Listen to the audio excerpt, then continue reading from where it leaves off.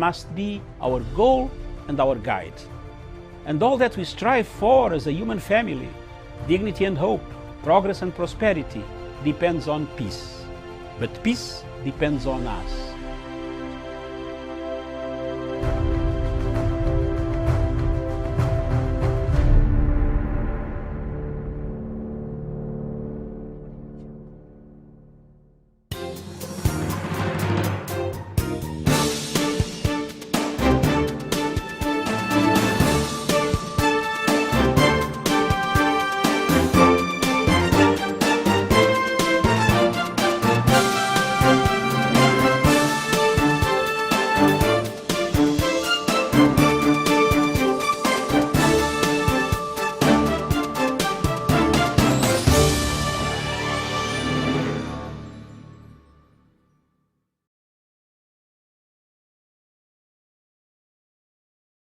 Thank you so much for finding time to join us. Today is the 6th of January 2022. I trust that your day has started off well. Good afternoon, good evening, depending on where you're tuned in today. My name is Miriam Ogotu, and it is a pleasure to have you on board. I'll take us through quickly the news making headlines on the newspapers in Kenya this morning, and then Dr. Matanga shall bring us the rest from Africa. So I'll start with the Star newspaper. And the main headline on the Star newspaper this morning: inside Raila's election battle plan for August. Ex-Prime Minister's team is planning a wave of high-profile, well-organized fundraising and endorsement events ahead of his bid launch. The story is on page 4 and 5 on the Star newspaper. And Mudavadi denies reports of One Kenya Alliance, OKA alliance with Ruto. We saw that press conference yesterday, and legislators clear road for Uhuru Raila Azimio deal. You'll find that on page 6. Attempted murder charge for Canadian in club fight. The story is on page 3 on the Star newspaper. On the Daily Nation, the main headline: Raila names team to lead State House bid as Ruto allies failed in House. The stories on page 6 and 7 on the Daily Nation. One Kenya Alliance, we are united and strong. One Kenya Alliance principals also deny signing secret deals with DP Ruto or ODM leader Raila Odinga. You'll find that on page 5. And just beside that, Lamu clash is now linked to land rows. That is on page 8. Boost for DP as he bags Namwamba. That is on page 4. And Kenya's best and worst communicators in 2021. You'll find that on page 10 and 11 of the Daily Nation. On the Standard newspaper, the main headline: Dream Team driving Raila's last bullet beat. And that is on page 6. And potato wars, how government has let down farmers. You'll find that on a special report on page 4. And MPs pave way for Azimio to field joint candidates. You find that on page 9. And Lamu hit by curfew amid land fights, page 10. And CS under fire over school drug test. You'll find that on page 8. And on the sport page, Malkia strikes big hope. That is our Kenya volleyball team. So that is what we have in a nutshell of the leading newspapers, the Kenya this morning. Doctor, a very good morning to you. Good morning. Good morning, all of you across the globe and across Africa, especially in Kenya. Good morning. Good morning, Miriam. Are you hearing me? Yes, we can hear you, Doc. Good morning. Good morning. Hi, good morning. I don't know. Good morning, all of you across the continent. Good morning, wherever you be. Thank you very much. Those are very good newspaper headlines from Nairobi, Kenya. Thank you very much for me from the Political Command Center. Good morning.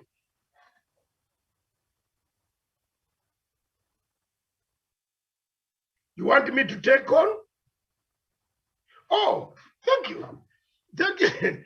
Miriam, sorry, this morning we are not coordinating. We're waiting for the newspaper headlines from the rest of Africa, and then we can bring in the rest of the panel. Okay, yes. Okay. All right. You are our lead Pan-African, Doc, so don't forget that. Okay, fine. I'll do it very quickly for our viewers across the continent of Africa. I'll do it very quickly because I've just been interrupted by one thing that is taking place right now.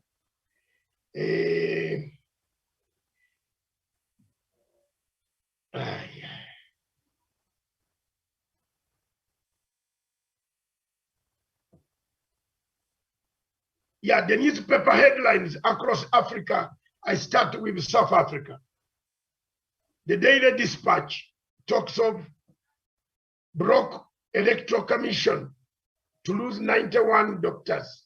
Is it EC or broke EC health to lose 91? I don't know whether it means electoral commission for us. Yeah, to lose 91. That is one of the headlines. Technical hit sees former KSD councillors getting paid salaries in South Africa. Another newspaper, the Daily News from South Africa, son was killed for his insurance. The killings in South Africa for fraudulent insurance takes place. The newspaper across in Tanzania, The Citizen, said Tanzania turns tables on Kenya as trade ties bro or thaw, which is very serious. The trade ties between Kenya and Tanzania seem to be in chaos. Again, with lots of things happening. I don't know why East African states have a problem, but you can look at that. The Daily News of Tanzania, why pundits back Samia. Samia is already having a very shaky, and he needs very powerful men like us, not Tony Blair, to make her very firm. You know, one of the problems that President Sululu Samia might have, we don't want to go into those details, but when we come to it, we shall do it, Miriam. And the Guardian, for cleared over toppling of Edward Castron statue. This was in Britain, in America, sorry, I think, yes. Yeah, the Guardian says so. The appeal action to tackle NHS staff crisis. You see the crisis of NHS as a result of COVID is everywhere, even in developed countries like Britain. The Daily Telegraph also says Colston 4 walk free as the jury says the crime was committed. That's it. That is in Britain. Chronicles in Zimbabwe says Bulawayo leads in COVID-1 vaccination. You know, Bulawayo is one of the districts, the cities near Botswana and near the border with South Africa. So they lead. Miriam, you can take over from there to look see that there is. All right. Thank you so much. And I think the rest we shall look at when we're on top of the hour, when we shall be looking at those stories from across the continent. So on the front page of the Daily Nation, and I think we're joined this morning by Sharon Gitonga, Daniel Wasonga, Samuel Tawish, all of you. Thank you so much for joining us and welcome to the show. So the front page, Sharon, I'll start with you.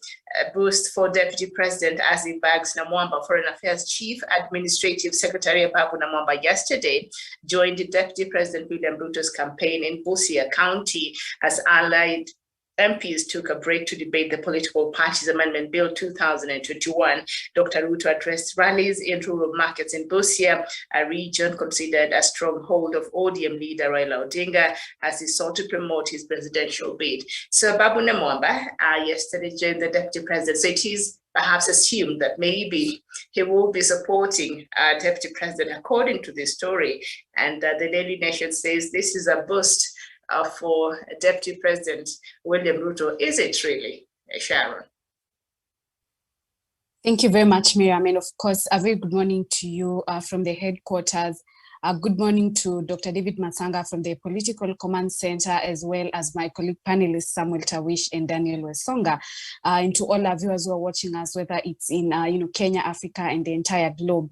And for me, I don't really think it's going to be such a major boost, because politics is local and politics is about interest. And when you see, when you look into the kind of defections that we've been having, from key people who are allied to the deputy president, and at the same time, it's a season for political shopping. So everyone wants to align themselves with a party that they feel like, is going to give them a boost, especially to their own political affiliation. So for the deputy president, I don't really think as much, the entry of Namwamba, coming into ODM is really going to give him a major boost, given that the major defections that we've been experiencing. Miriam, thank you.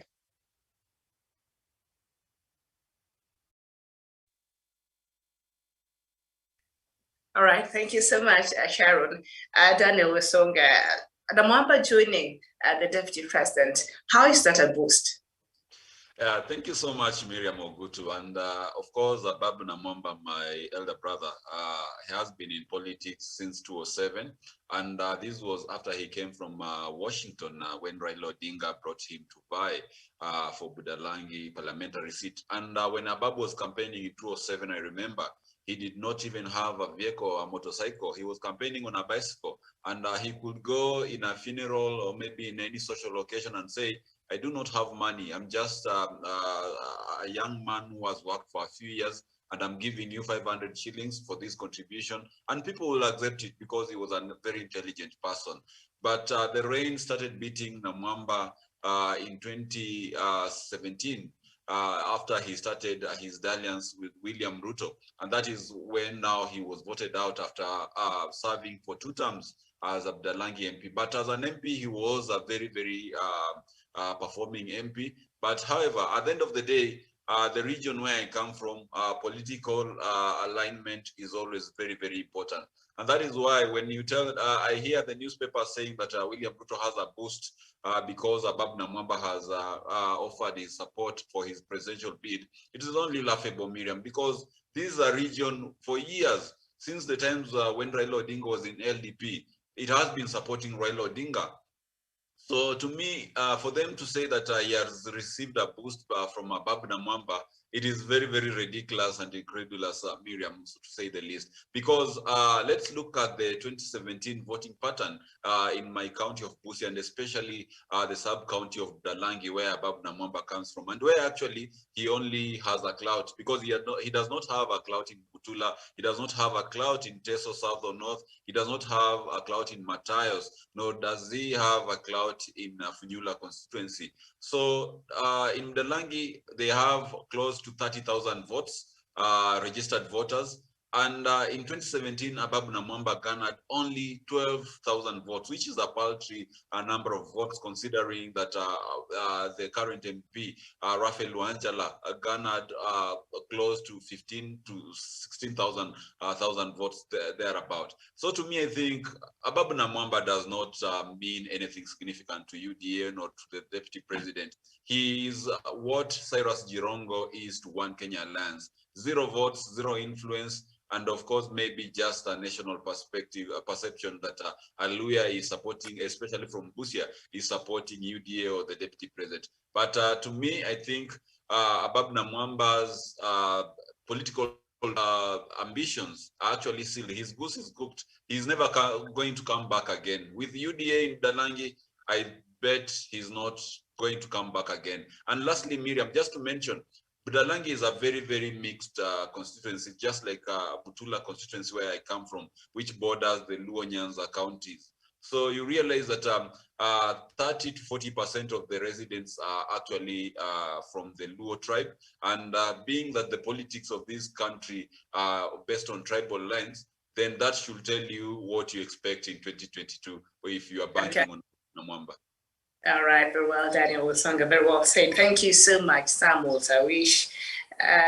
the Daily Nation is saying, Bayamwamba joining the deputy president yesterday, that is a bigger boost in his campaign. But Daniel Wesonga has rubbished that. Thank you so much, of course, Miriam Ogutu. Thank you, colleague panelist, and Dr. David Masanga from the Political Command Center. And of course, regards to all of viewers watching this program. Miriam, indeed, just like what my brother said, Babu Namwamba, who comes from a Budalangi constituency in Busia County, does not bring any political dividends or premiums to Deputy President William Ruto's vote basket. I'm saying so authoritatively because one, you understand that Babu Namwamba, being a former Budalangi member of parliament, is a political reject, a man who was rejected on the ballot in the 2017 general election.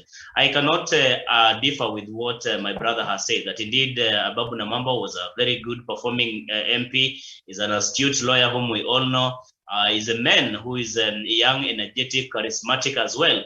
But the point is, the direction he's taking is one which his people will not quite be able to embrace. And that one, you can take it to the bank. And even if you are to look at what happened in 2017, because initially he was elected 2007 as an ODM member of parliament, first time in Budalangi, and the consequent election in 2013. But when he decided, of course, to sever ties with Raila Amolo Odinga and jump shift from ODM, he wasn't able to be re-elected in Budalangi. And that's why we have Raphael Wanjala as the MP currently. And remember, Raphael Wanjala also previously served as the MP for this very, very constituency before he was plowed by Babu Namwamba. So there's that support for ODM as a party in Busia County, and particularly in Budalangi constituency where Babu Namwamba comes from. And I think what the newspapers are trying to do, they could have lacked really content and what to sell. That is why they are coming up with such kind of headlines, Miriam, because to me, this is something that should not have even featured as a main story, let alone being really in the newspaper's headline, that Deputy President William Ruto really ripping big when he gets a political reject from a constituency, a person who was defeated as a member of parliament in Budalangi constituency. If it was somebody like, say, Ojamong, the person who has served twice as member of parliament and twice as governor, you will quite agree that maybe that is that can bring some dividends. If it was Paul Otroma, a person who is of course a seasoned politician who actually even went for governorship, only that he was defeated by Ojamong, although that is still debatable how Ojamong defeated him. I can tell you for sure, Deputy President William Ruto, if he's banking on Babu Namwamba to be able to penetrate and make inroads in Busia County, that is an exercise in futility. He does not have to bank on Babu Namwamba. I submit, Miriam. Very well, thank you so much. And we'll get into the chaos that we saw unfold yesterday in Parliament. I hear now they're hawking sweets, so I don't know, but we'll talk about that in a short. But before we get there, yesterday, the One Kenya Alliance bosses, had a press conference, and the principals have denied signing secret deals with Deputy President William Ruto and Orange Democratic Movement leader Raila Odinga. In a briefing at City Hotel yesterday, KANU chairperson and Baringo Senator Gideon Moi, Wiper Party leader Kalonzo Musyoka, Amani National Congress leader Musalia Mudavadi, and Ford Kenya's Moses Wetangula and Cyrus Jirongo of United Democratic Party said they had not been invited formally or informally to any other party or alliance. The five added they would soon retreat to receive a technical committee's report that will help them pick their presidential flag bearer. At this point, Sharon, I'm just done with this. Doc, you've joined us back. Perhaps you should take on. Yes. Yes. Sharon, before you, because there are so many things that I have to do, then leave you people to. Very well, go ahead. Look, on a serious note, I was telling somebody this morning on another television station, and which has just been picked by a senior newspaper you can see now, which is online where Songa can forward it to you. UDA was defeated last night. It is only someone who has no brains who cannot see where this leadership is going to land. That from last night, you could weigh where you want to belong. And where you want to belong is Azimio la Umoja. If you like it, you like it. If you want to get it, you shall get it. The Senate is going to be called by next week on Monday, Tuesday. Now I'm telling you, I'm now becoming authoritative on some of these things. We shall pass it. The law will pass. I wanted to tell Sangok to hear me. It will pass. And the first casualty is UDA. The party, if you don't have ideology, Tawish, tell us your ideology. If your ideology is to divide between a hustler and a dynasty, then your party is knocked out. Did you see that? Did you see what is coming? That's why Dwale was opposing.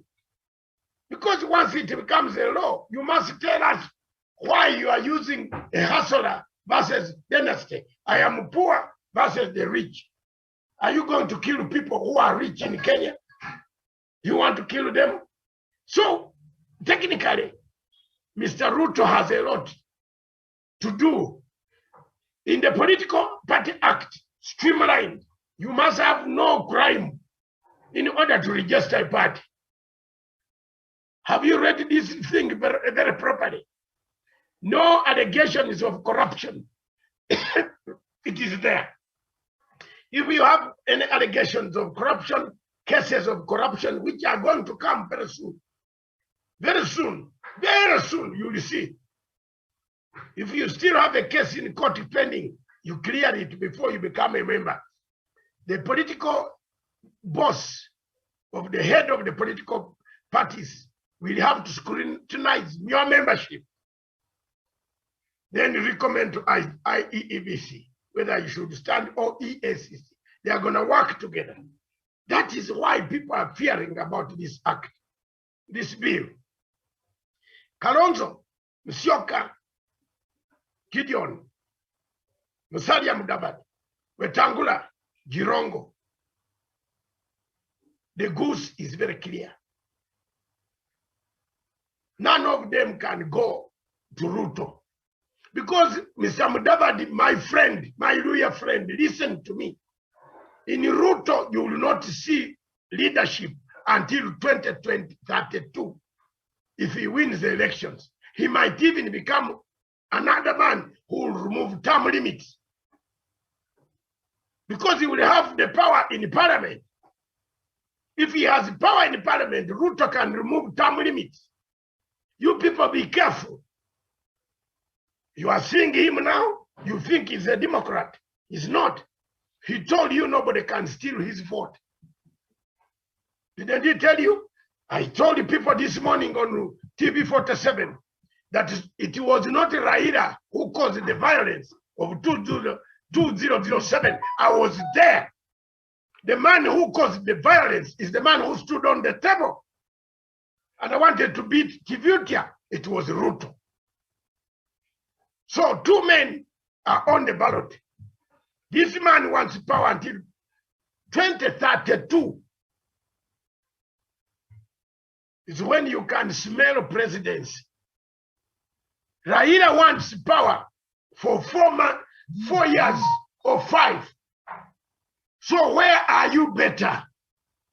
Which coalition do you go to? Do you go to a man who's still suffering from leprosy? Or do you go to the patient whose leprosy will end and is healed? Right? I would rather go with the man whose leprosy term is 5. If you call it, because they will call it, oh, it has this, it has all the people. Mr. Sangoko was telling me that we are all the people. Then I asked Sangoko why he is disabled also. Yeah, because, yes, Mimi, I don't care. If you discriminate me because of age, is it me who has made myself to look as I am? It is God. Then why are you also disabled? Ask him that. The people that Raila chose on this dream team are all the people. Surely you are a member of disabled people. Can you discriminate others? Disability. So age has become disability also. Then how were you elected I promise him that if he goes there, if he goes to stand without the tag of disability, I will plant a candidate in Narok constituency and pay for that candidate, and I will defeat him. So he has called me names, a foreigner, that's okay. Back to the subject of Kalonzo and the rest.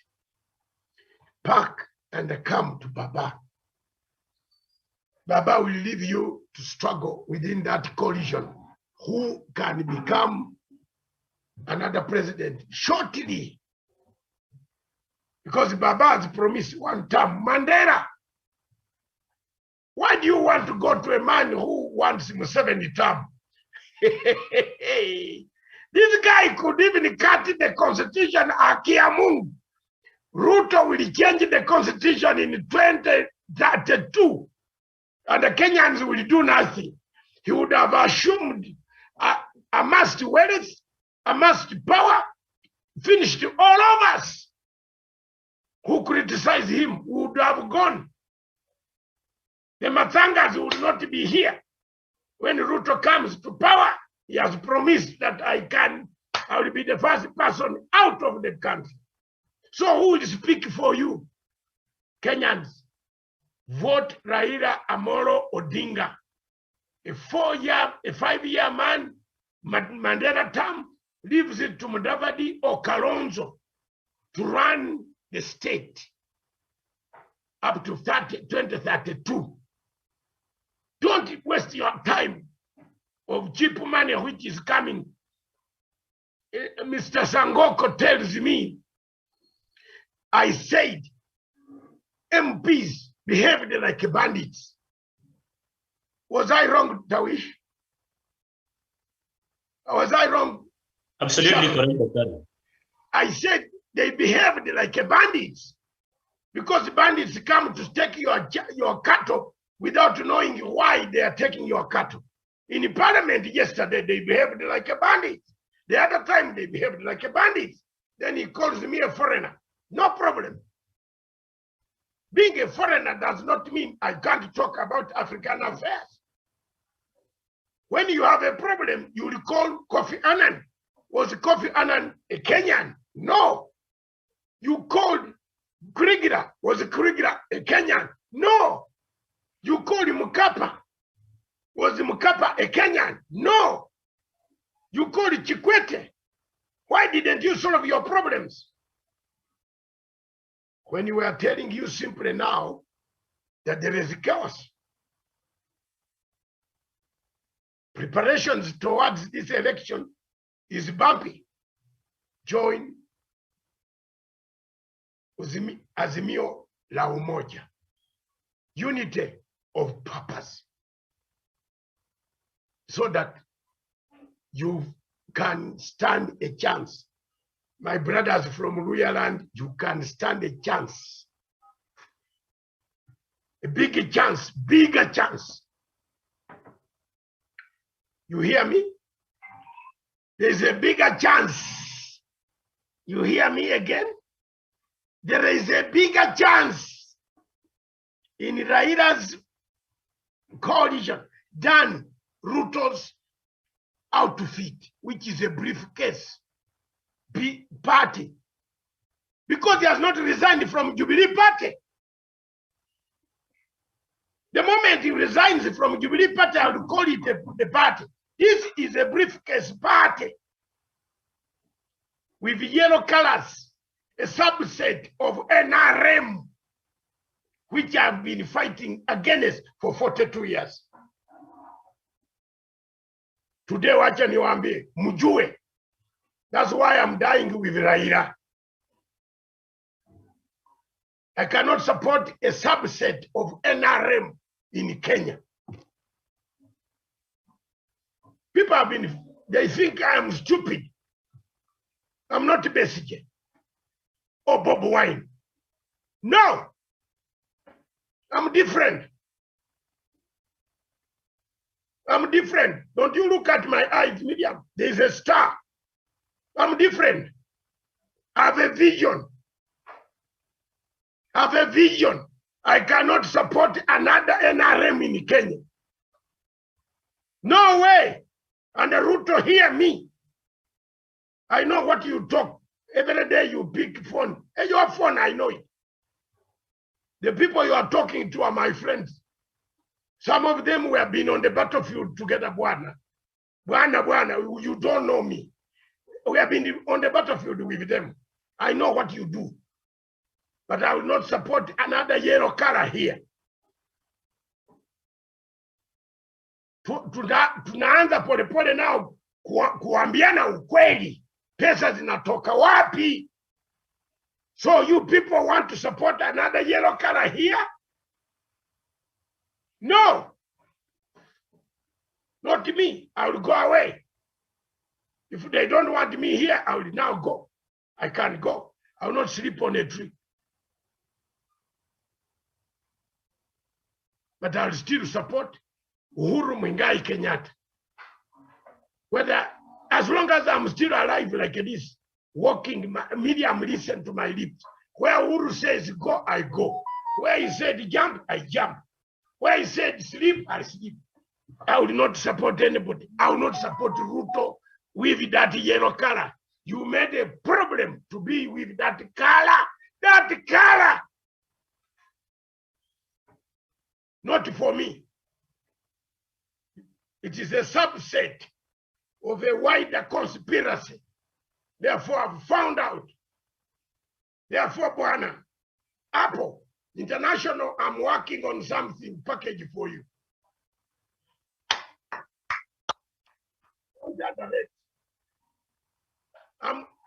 Mwaka hii, Miriam, mwaka hii hakuna kuficha, wacha tumalizane. Huko.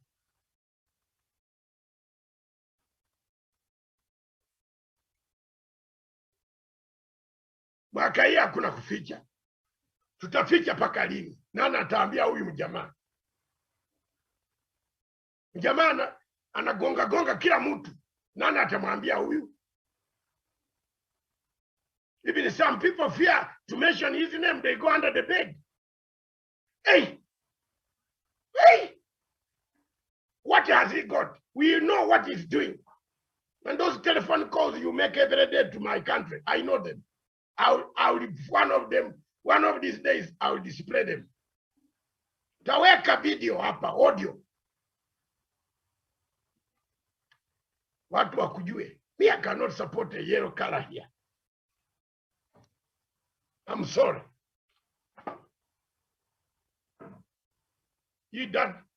This money that you are collecting, because you are taking time in Western to collect money, because money has been blocked somewhere. You can't receive it. Where is Harun Ayadin? Where is Harun Ayadin? Miriam, do we still talk about Ayadin? Where are the lawyers who went to court to say we want him brought back?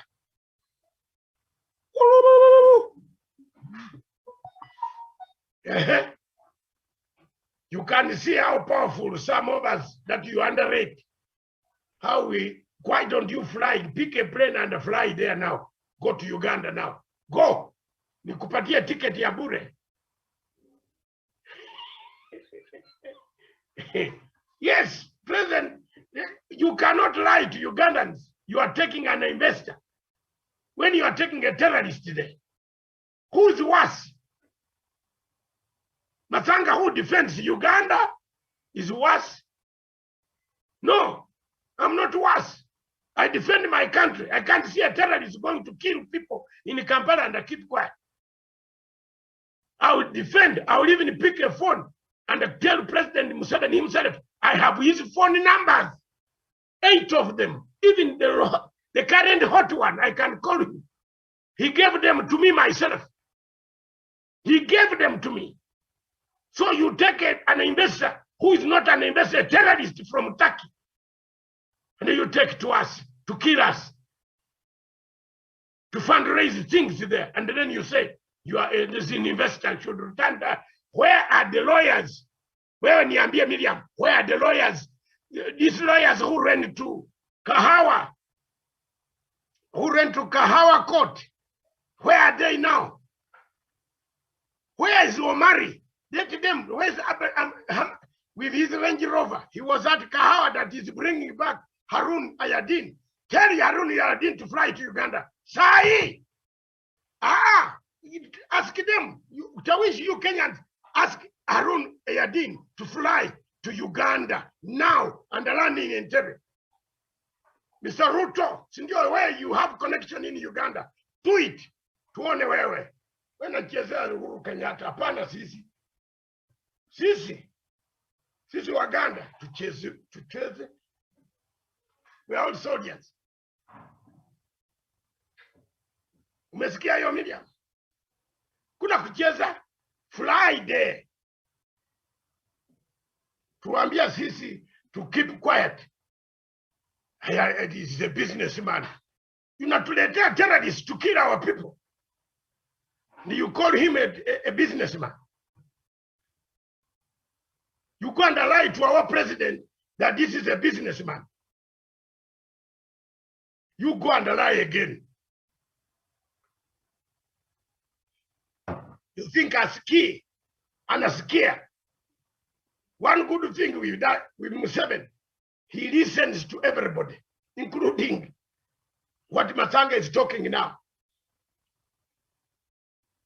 Miriam, now I'm telling you, he's watching. He can stop and watch. So Ruto, try to go there. You take a man to say he's a modern fruit farmer, and you are bringing us a terrorist to plan to kill us. And then you are here saying that you're where, boss, climb that helicopter and Ukosasi. If you didn't know what is going on, I'm now telling you as a friend quietly. Because I saved you from ICC. You have never saved me. Ruto, I saved you from ICC. Rule 68. You are paid in Ngunjiri to go to Hague, and you left me behind. But I came to save you. You never saved me. So respect me. Wepigana na kura zako, niwache mimi. Lakini nakuomba usichukue terrorists kwetu. Me, I've never told anyone in the world that take sanctions to Uganda. I've never told anyone, even America, to put sanctions on my country. I'm a different man, crop of opposition, because I've been grown in the British Empire. Her Majesty has given me education, opened my head with tools of analysis to see what is good for my country and not good. Therefore, I disagree with the president, but I cannot tell international community to put sanctions on my country because they will suffer. People will suffer, not the president. So, Mr. Ruto, as you think you are the only one loved that side, angalia marambili. Angalia, hiyo mambo ya fruit farmer, modern fruit farmer, modern fruit farmer, modern matunda. Mlimaji wa what do they say in Swahili? Mlimaji ya matunda ya Kishasa. Is it modern? Modern is what? Wakisasa. Wakisasa. You see, I am not very far. Ruto, where is the modern farmer? This is now campaigning year. We are gonna molest you on the modern farmer. Tuoneshe modern fruit farmer. Ayadin, mkulima wa matunda wa kisasa. Ako wapi? Hey, oh my God. Uhuru Kenyatta got a very wrong choice. Yeah. Mkulimaji wa matunda ya kisasa. Fruit farmer, my food. You take us a terrorist who plots to kill us, who has links with Islamic State. Mr. President, don't allow this guy to come there again. People are killing us on the streets of Kampala. I don't want to tell you more details of what I found out. Miriam and the Tawish and the panel. There are things that I have found out that are very exciting. You go and copy a yellow uniform and to tell us lies. And I'm telling Raila to use, you're gonna use this during the campaign. Tutakuwa na moto vumbi kubwa. We know what you wanted. How do you take a terrorist to say mutu ya mkulima ya matunda ya kisasa? Voila.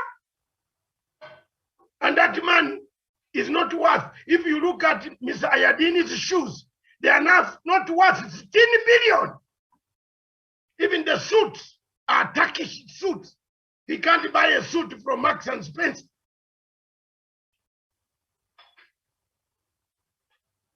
That's the type of life we have. Back to you, Miriam. So if I were Kalonzo Musyoka, Moses Malulu, is it Mululu or Mululu Mudavadi? Gideon Moi, my friend, good friend, best friend, Cyrus Jirongo. And who else? Don't listen to Malala. Malala is a small boy who writes Butera Girls play. That's the only thing Malala rose to fame. Malala doesn't know even how the Hague looks like. If you ask Malala where is the capital city of Netherlands, he will say it is called Copenhagen.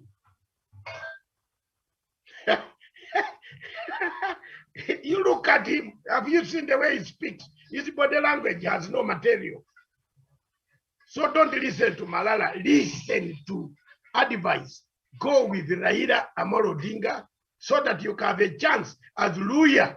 You get the term, you compete with Kalonzo. Kalonzo becomes either the president, you become the deputy again, 5 years. But if you go with Ruto, you will have to be a president in 2037.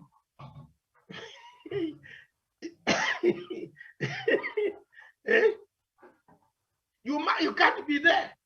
So, Jermaine, that's all I could say about, is it okra or okra, the okra that we eat or what? Okra, yes. Because I know in London there is called okra. Is that okra you put in the vegetables? Do you eat it, Miriam? Okra, yeah, it's a vegetable in itself. The slimy vegetable is very nice. It's very good for the stomach. So let these guys be very good stomach pain killers for Azimio la Umoja. All right, Doc, thank you. Thank you so much. Sharon, I don't know if you're still there, but I don't know if Kenyans are still looking to hear anything that the One Kenya Alliance has to say. They seem to be quite indecisive, and there's a lack of seriousness and a commitment to what it is that they're saying and what we've been seeing them doing. So at this point, are we supposed to take them seriously with their bid? Thank you very much, Miriam. And of course, if I could start by backtracing to some key things that Dr. Matsanga has talked about. Number one, being about the setup, the current setup of, the UDA party, which is, full of, an aviary of birds of the same feathers, and whose genes are very avaricious. People who have power at the center and full of greed, and people that represent dictatorship, backwardness, talk about opposition, deceit, and double standards. And history takes us back. You've seen the deputy president being at the forefront, trying to oppose even the multi-party back in 1992. We talk about the constitution change in 2010 that actually seeks to, that is the only thing that is actually keeping him in office at this time, even after he has violated, the oath of allegiance, even to the president, someone that has, neglected his duties, opposing the BBI that, seeks to ensure that we have inclusivity and, equity, even when it comes to the distribution of resources. Talk about the handshake, someone that has opposed the handshake that we can all agree about the impact that it has caused, in terms of peace and tranquility. And now the issue of the political parties bill that seeks to strengthen different coalition and at the end of the day, keep the progressivity of this country and as well as the posterity of this nation. So this kind of people, I'm sure, even the OCA team, even at yesterday, they came out categorically to refute the claims that they have not been approached by any political party. I would wish to take up this opportunity probably to urge them to consider working with the Azimio la Umoja movement, which does not belong to any person. It does not belong to Raila. It is it's a movement that seeks to have different people on board, that seeks to have different partners on board, so that because at the end of the day, if they choose to join the UDA brigade that is full of sycophants, they are going to be relegated. And Dr. Matsanga has highlighted how low their chances are when it comes to survival, for them to survive, politically, even after 2022. So I think time and strategy, is very critical when it comes to politics. And I wish they would take this opportunity to really look into what UDA is really comprised of. When you talk about leadership and integrity, the past will the history might have gone, but the past will always leave a shadow. So I think they should want to take up this opportunity to officially invite them to the movement, so that they can bring in their synergies and all the exponential values. Thank you. Okay, thank you. I guess that is the invite we're waiting for, because they're saying they've not been formally or informally, invited to join any kind of coalition or any party. Some would wish. At this point, who is taking the One Kenya Alliance leadership seriously? Honestly, Miriam, I doubt if there's anyone taking the One Kenya Alliance seriously. I doubt. Even amongst themselves, whom they refer as principals, there's a lot of suspicion around the principals themselves. And I can quite tell you, Miriam, they do not even have confidence or even trust any of their membership that, of course, makes up the One Kenya Alliance. Yesterday, I was able really to see and listen to their presser. And I can quite assure you, Miriam, these are people who do not even know the direction they are headed to. People who are just coming out for the sake of it, just making statements that you can quite tell from the body language that they not even their conscience does not actually go with the statements that they are making. They are just making that presser in an attempt to try and diffuse the tension and panic that has been there, and of course also the pressure coming from their of course respective support bases, because like you've heard in the past, people like the likes of Malala and those who support probably Kalonzo and others have been coming out and piling pressure on them to try and at least name a presidential candidate, or at least a person who's going to fly the One Kenya Alliance flag by at least end of December 2021. So December 2021 has come and gone, and we haven't quite seen them even attempt to do that. They are promising us that they will be doing it at an appropriate time. I don't know what will be an appropriate time for One Kenya Alliance ready to make this critical announcement according to them. But I can assure you, Miriam, like when you listen to Musalia Mudavadi speak, he did say that as a Kenyan, he has a democratic right really to go out and meet with anyone he feels maybe he wants to meet with. And that in itself tells you that this is a man who is on his way out of One Kenya Alliance. And I believe so are other principles in the One Kenya Alliance, only that they are trying to buy time. And probably they think by buying time, they're going to increase their political premiums so that whoever they will be quoting, if it will be Raila Odinga or, of course, the Deputy President William Ruto, they could have something maybe to bargain for. But I think they have lost the opportunity. They have squandered the chance. Like I told you, they would have done this at least before even Raila Odinga had the Azimio la Umoja Summit in Buhungu Stadium in Kakamega. But nothing is lost. I can still be hopeful that these people will find reason and come back and work with Raila Odinga, because they have worked together in the past and they know what it means really to put aside personal interest for the sake of national interest. And national interest in this case is that which is being driven by the Azimio la Umoja led by Raila Amolo Odinga. I submit. Okay. All right. Thank you so much. And of course, yesterday they said that they will retreat and to receive a technical committee's report that will help them pick their presidential flag bearer. So it's a whole process. So maybe it's the rest of us who have been a bit impatient. And Daniel Lesong, I know you've been impatient. They can't give us a flag bearer. And now they're saying, you know, nobody has been quoting them. And from their body language and whatever it is they were not saying, from what they were saying, they were almost begging to be invited formally. I don't know. What did you see?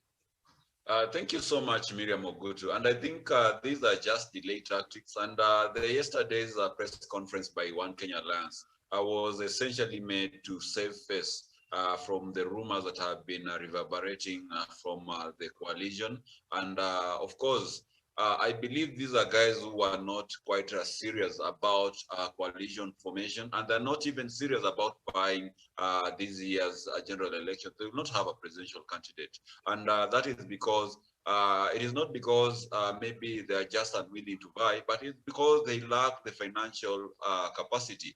The only person there who can be able to have the finances to marshal or to oil a presidential campaign is my party leader, Gideon Moi. But unfortunately for Gideon Moi, he does not have a solid vote basket that he could bank on to win the presidency. The rest of the One Kenya Alliance are just people who are waiting, like my brother Tawish says, they're like goods in the market where they are waiting for the biggest bidder to come and purchase them, you know, give them something, a token, and assure them that in the next government, they're gonna get this and that and that. But unfortunately, they are very, very much misguided. And I think they are living in a world which has been overtaken by events. Because Miriam, one thing, you know, in 2013, they could have played this card of maybe playing hard to get, and then eventually someone will have courted them into a coalition so that they support them and then be able to win a presidential election. In 2017, they will have done the same, but in 2022, it's a different ballgame, Miriam. Remember, we have governors who have run office for 2 consecutive terms, and therefore, for some of them who cannot run for senator or MP, like my governor, Sospito Jamong, who is going for the Teso South Parliamentary, which is despicable, and Mandago is going for senator. All these other governors are going to the national politics. Look at Ukambani, for example. We do have Kivuta Kipwano of Makueni. We do have Alfred Mutua of Machakos and Charles Ngilu of Kitui. All these people, if they will support a presidential candidate, it means this presidential candidate will have a very major boost, because these counties, these are the leaders of the key counties, and if they offer you support, you as well as you are as good as having it the support of the area. So when we are having these key regional leaders coming into the national sphere, I think they reduce even the popularity of these tribal principles. Let's say like someone like Moses Wetangula or maybe Musalia Mudavadi. You know, that will have a very, very big implication on the grip they have on these regions. And so to say, I believe for Musalia Mudavadi and Moses Wetangula, they have no say in Western Kenya as much as the politics are concerned. So let them continue playing delay tactics, but soon it will down to them that they're actually sinking more and more into the political oblivion. Dr. Masanga has given them a very bad advice that they need to align appropriately or perish. If they do not go with Azimio la Umoja, I believe that is what is on the ground in Western Kenya and even in Ukambani. They will actually be pushed into the trenches of the political oblivion. I submit.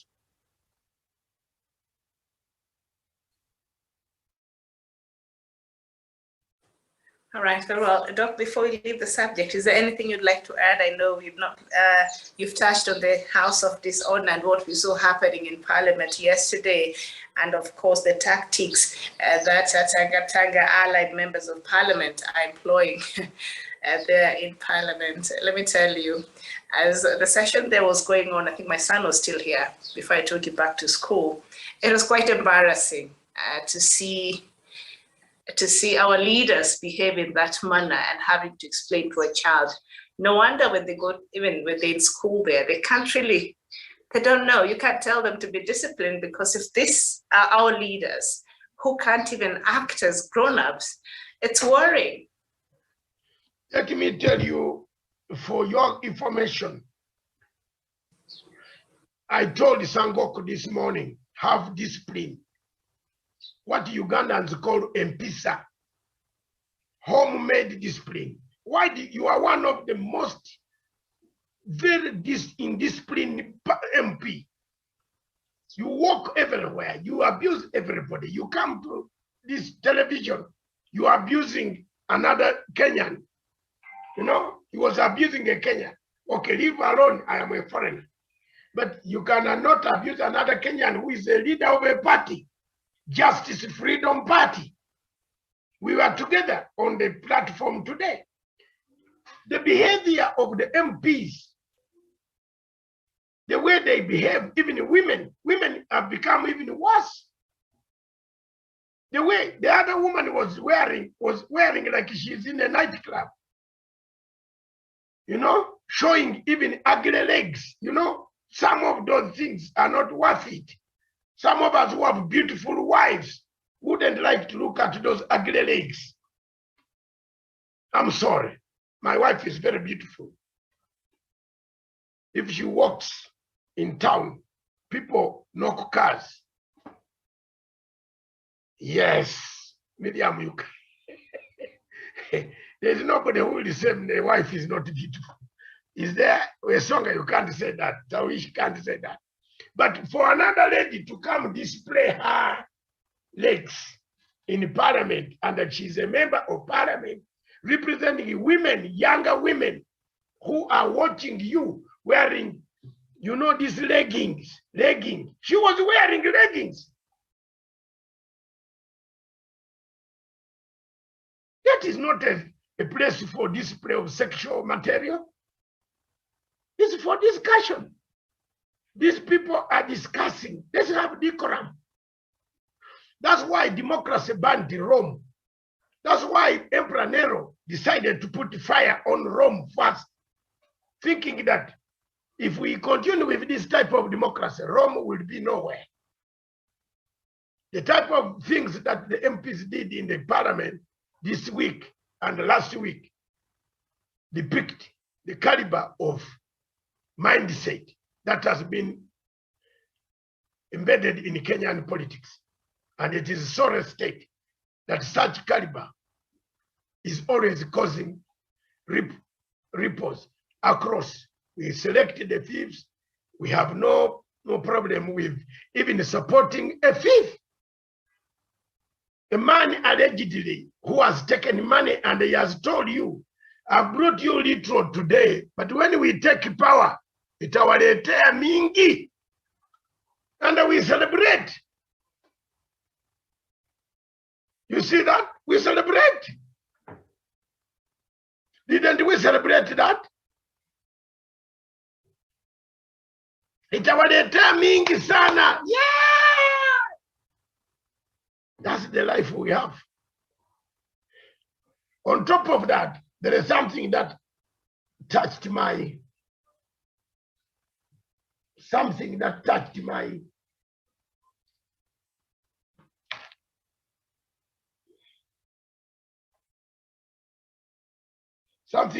touched my heart.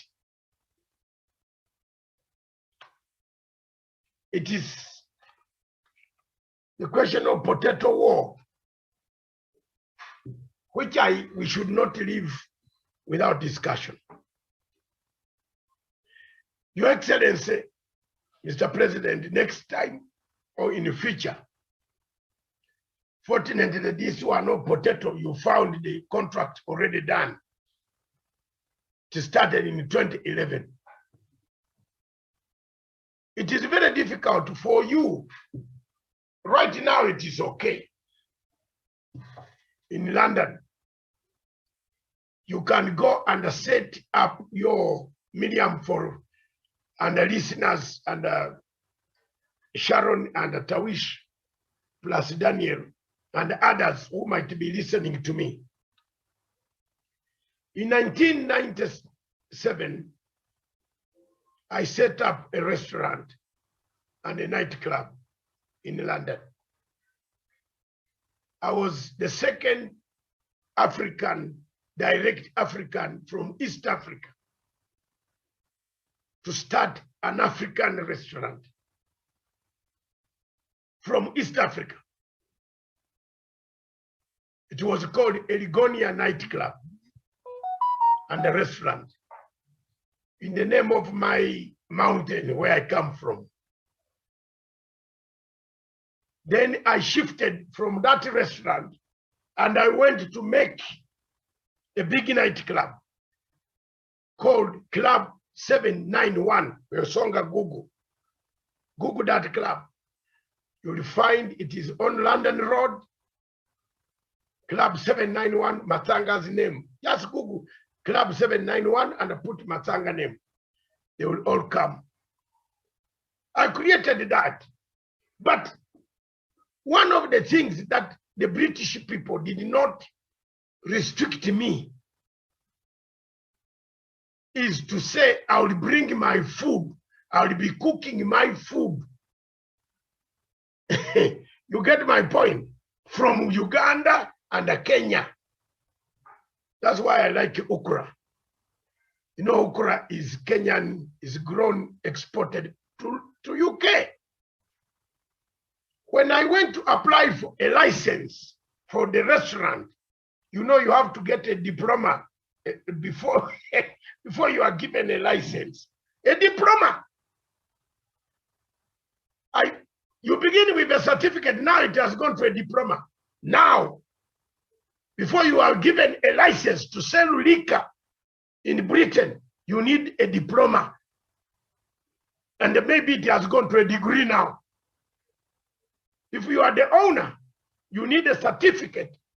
At that time, we from a recognized institution that you are able, verified by Metropolitan Police, that you can handle the sale of alcohol and other items, which include matoke, cow's hoof, all these things, chapati. You must have a certificate.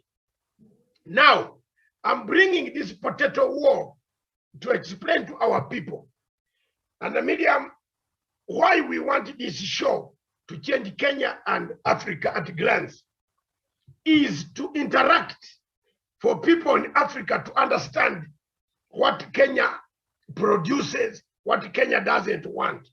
That is, you have the film, you are the editor, you will create the film of each day that we want to show you that we welcome you as a franchise. But when you come as a franchise, there are two things, and which the government of the day must safeguard. The British government allows you to sell everything except things that have passed the standard. You can't start selling snakes. You know, when you go to North Korea, you eat a snake, like me. I've eaten a snake before. Don't look at me. I'm still the same. I know. You eat a snake in wine, dried wine in South Korea. They are sold. Medium, you go and the bottle is there. You say, wine drinker, bring me this one dry. But inside there is a snake, which they have taken off the head, and the whole part of here is wine. Now, restrictions are on the potato. When the franchise of KFC was got into Kenya, they laid down what is supposed to be. One of the conditions of accepting an international franchise is you allow them to bring their culture, the business culture. that their chips are not like a waru. In it, where then the one Mr. Wesonga hammers every evening.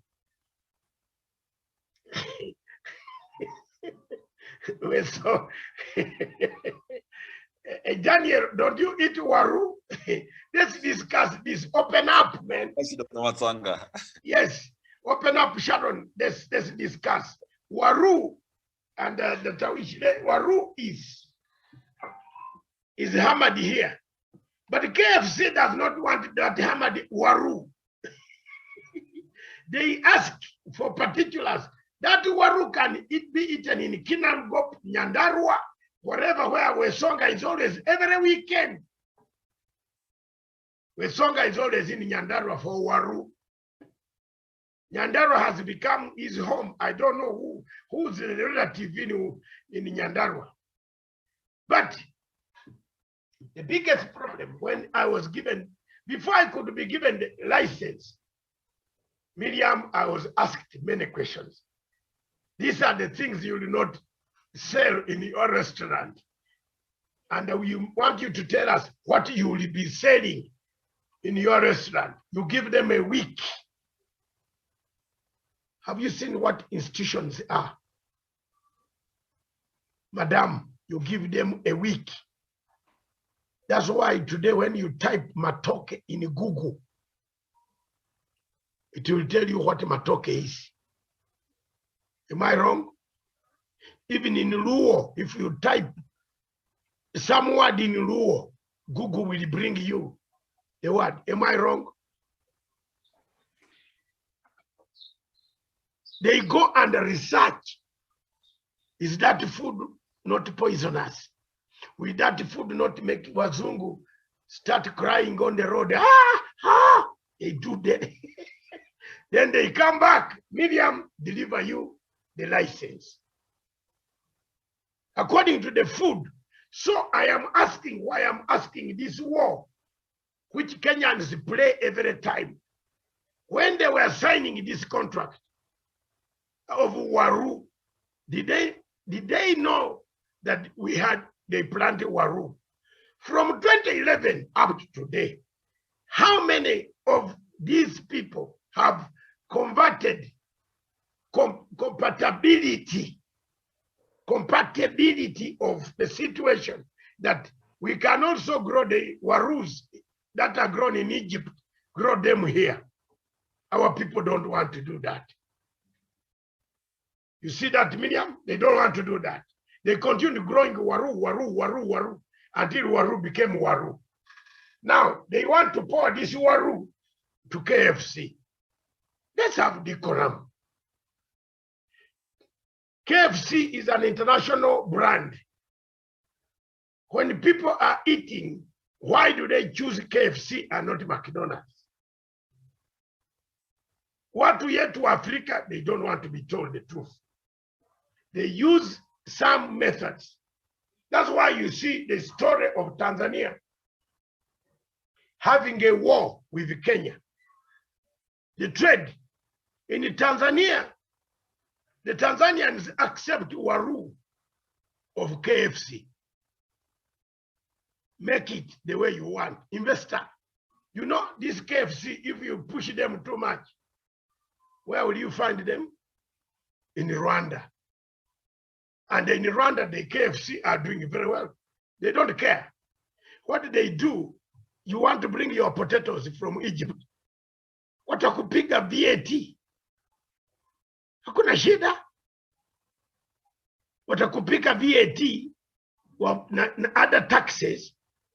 Lakini wakwambie in Rwanda that Waru you have brought from Egypt should not sell more than 50 shillings.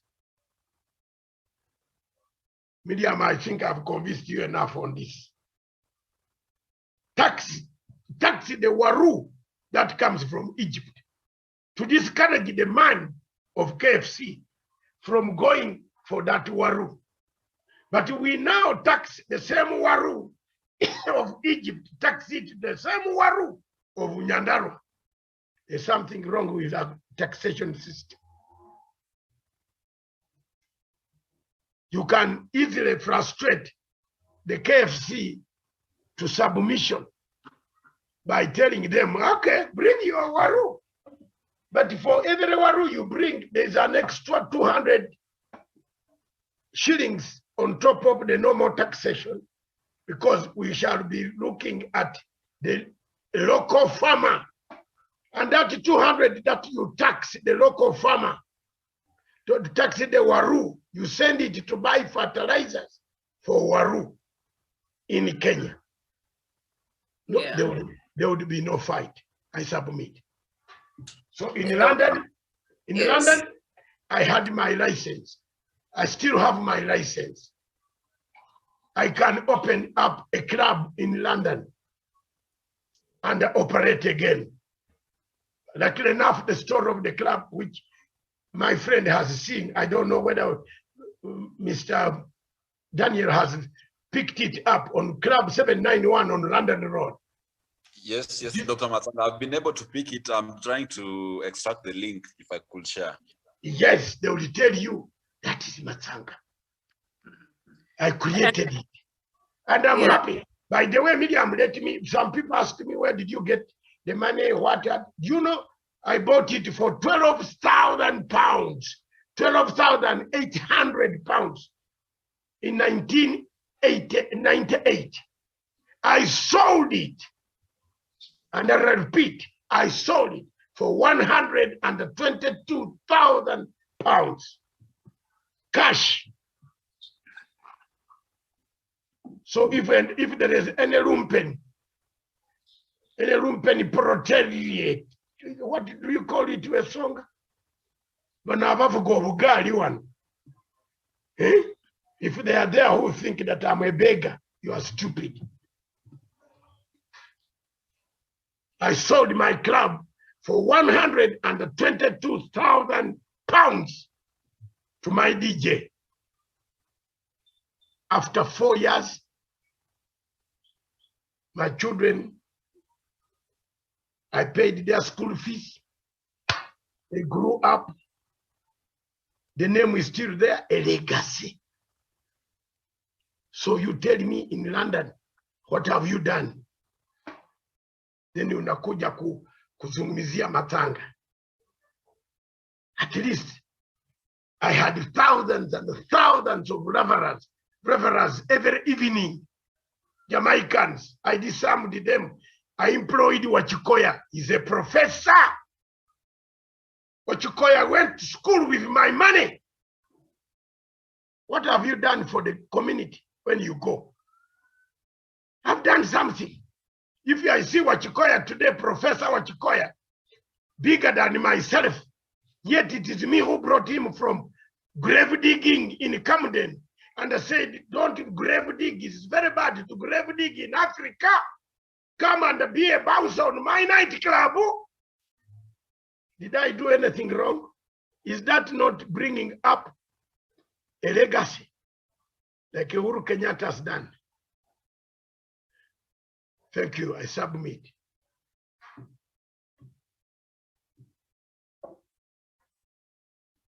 Miriam. Yes, I'm here, and Doc, I hear you on the potatoes war, and I think there are a lot of things that goes into signing and bringing such an international franchise into the country. But nevertheless, the potatoes in Nyandarua are really nice. I love. In fact, I prefer them any day.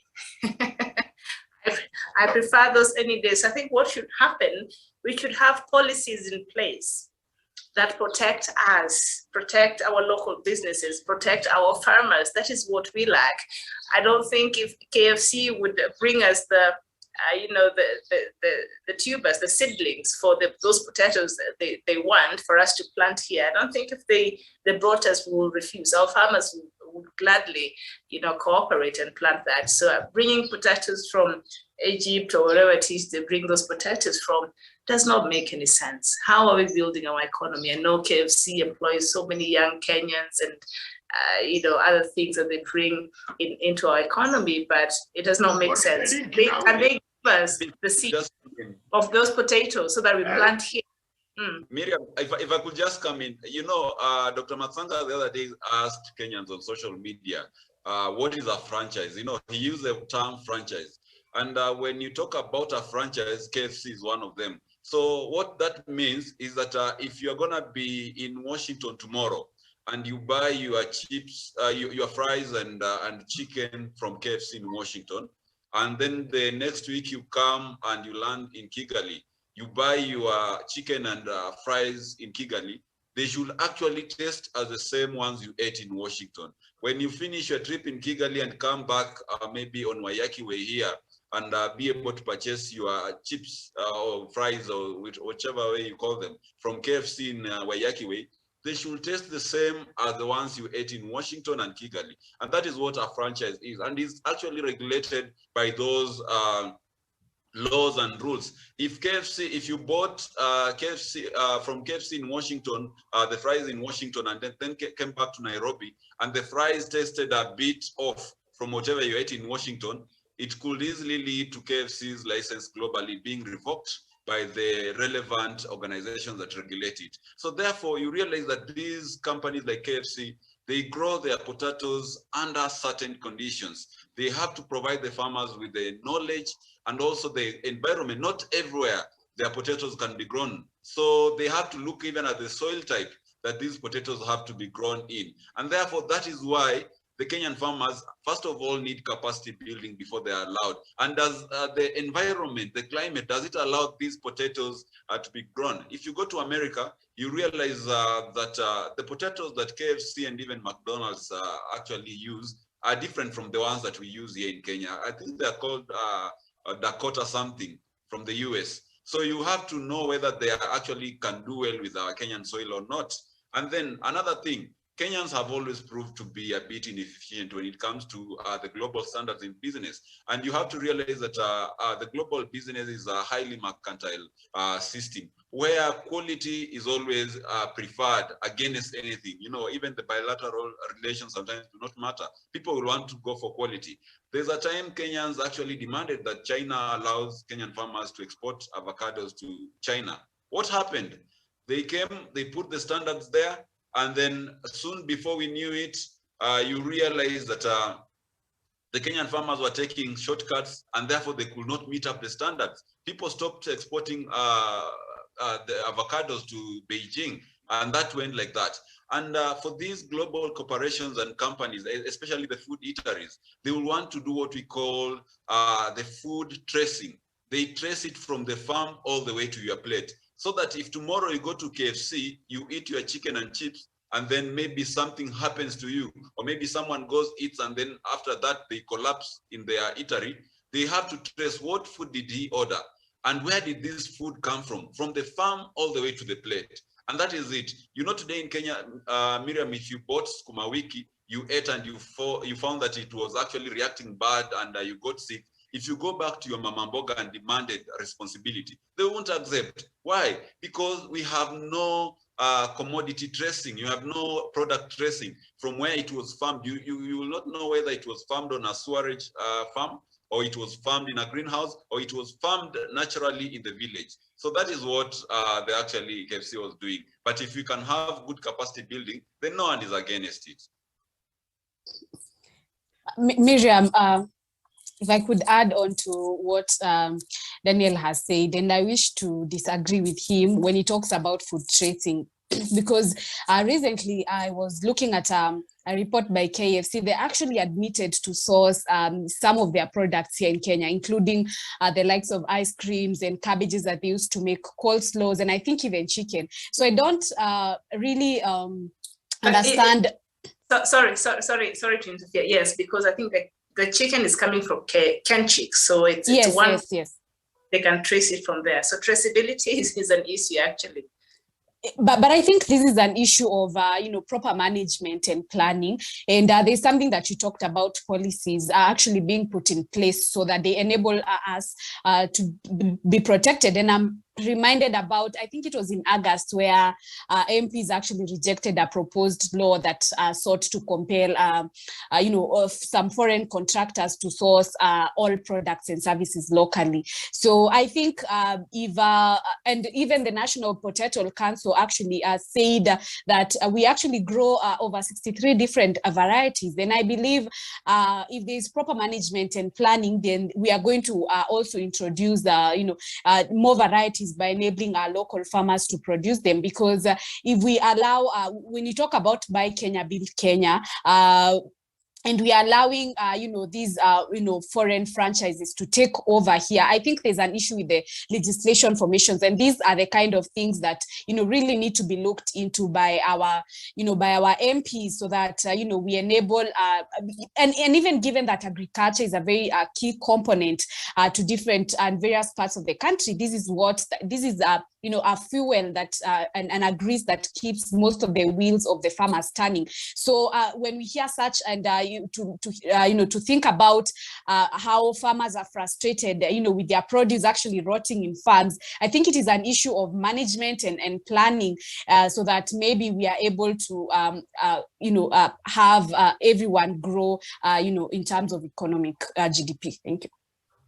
Yeah, but now, Sharon, you come in here and you make even matters complicated. Why do you blame the KFC then? These are people who have come to do business. They want to do business. But Doc, I have blamed the legislation process, yes, I think, yes. Yeah.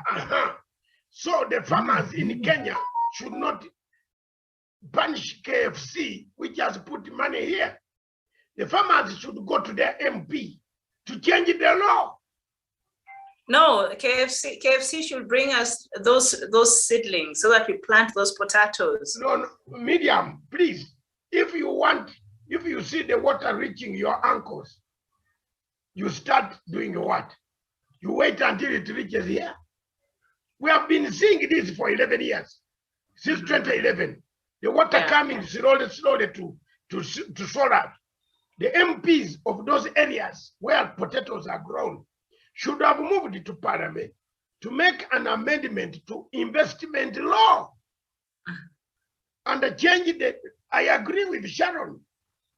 The question of investment law is what is causing us the problem here. It is not KFC, madam. No. KFC has no problem at all. KFC just came to do business. And if you are eating a potato in New York, in KFC, you want to smell the same potato of KFC in Nairobi. It is what we call, we call it something has just slipped in my brain. The franchise. No, quality what? Yes. You need that quality, that smell, that custom. You cannot change Marks and Spencer label. It's either, even if you are manufacturing a Hyundai in Nairobi, you must make it smell like a Hyundai in South Korea. Don't make it smell like from Isinya.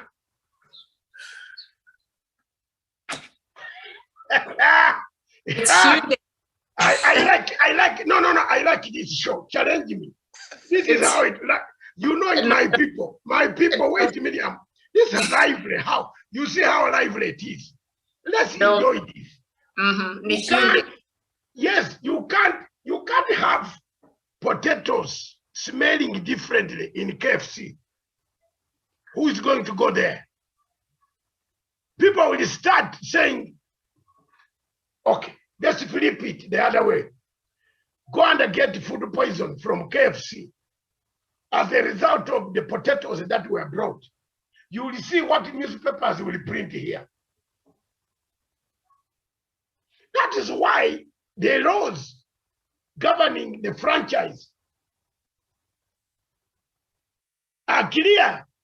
That's why in Britain, before I was given a certificate to sell alcohol and food to British citizens, they checked my background and my type of menu You submit the menu that you don't bring snakes from Democratic Republic of Congo or monkeys, the heads of dogs. Congolese eat dogs, and the monkeys, they slaughter them like this, they eat them.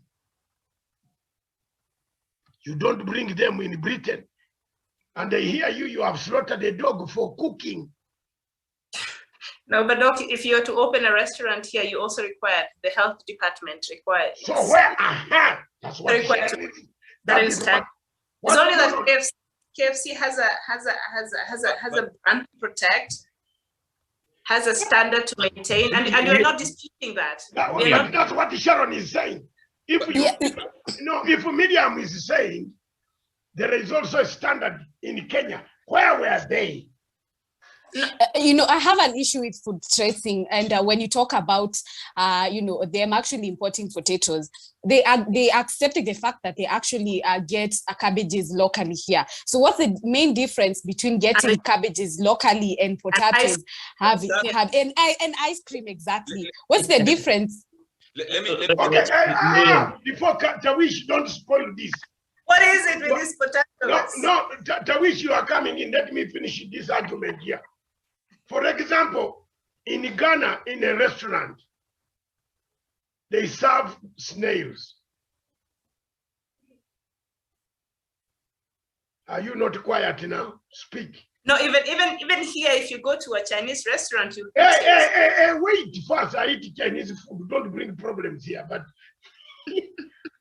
in Ghana, one of the meals that they eat very nicely, and they tell you, Oga, how are you, brother from East Africa? Nails service. You have gone there with a visitor that you have been. One of the ladies invited us, a very beautiful lady from Rawlings family. From Sheraton Hotel, Accra. I said, no, it's okay. I'll walk across the restaurant. Mama, even the shirt I'd worn there was puke on it. When we sat on the table, Sharon and Tawish, this guy, first shot, my God, Jesus Christ. He ordered for those 6 snails, 6 seater. Huh? So this is a lady, and this is a lady who is going to be, I don't want to say these things now. Let me keep quiet. You are the delicacy. Snail is a delicacy. You see, yes, now and maybe Sharon, maybe it's gourmet. Yes. I don't want to make any comment, so we should take it over from there. That you see the reaction. You are going to have the same lady. No, you are going to have the same lady, for example. She could be your girlfriend. Yeah, she'll just cook you snails. Yeah, and you know, you wake up in the same bed looking at her, she ate snails. Let's go.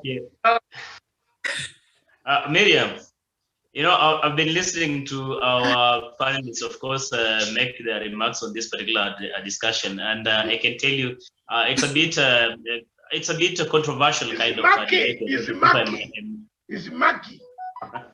I must put it that way, Miriam, because this far, even listening to the dog has to up his palate now. It's what? You have to adjust your palate, dog. These are gourmets. What do you call gourmet? This is a serious business. In East Africa, we don't eat snails. Even if you are a girlfriend, a daughter of Rawlings, I told her, I am sorry, I'm returning to my hotel. She said, hello.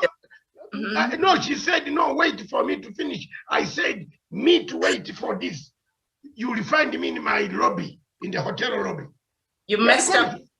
You messed up the dinner. Though. No, I think, Miriam, the point here is it is better to miss the good thing than to die with a bad thing in my blood. You know? So I missed everything that night. It is over. It's okay. But not, because I was invited by Nkrumah's daughter. to address a conference in Accra. So that the snails spoiled my conference. Miriam, I want to tell you, I boarded a flight the following morning. Because of snail? Because of snail? No, because all the people I'm going to address, lunch is going to be served in the snails. After just the palate. I'm principled, yes. You are saying gourmet. How can that be gourmet? It's not gourmet, it's gourmet. Gourmet, me to eat the snails. No way. No. All right. No, so please. Go ahead. There are certain things in Africa which we must, we as Africans, that's why we go to parliament and beat people. We have lost credibility. There are things I cannot eat and I will not eat. I cannot eat a dog. I cannot eat crocodile.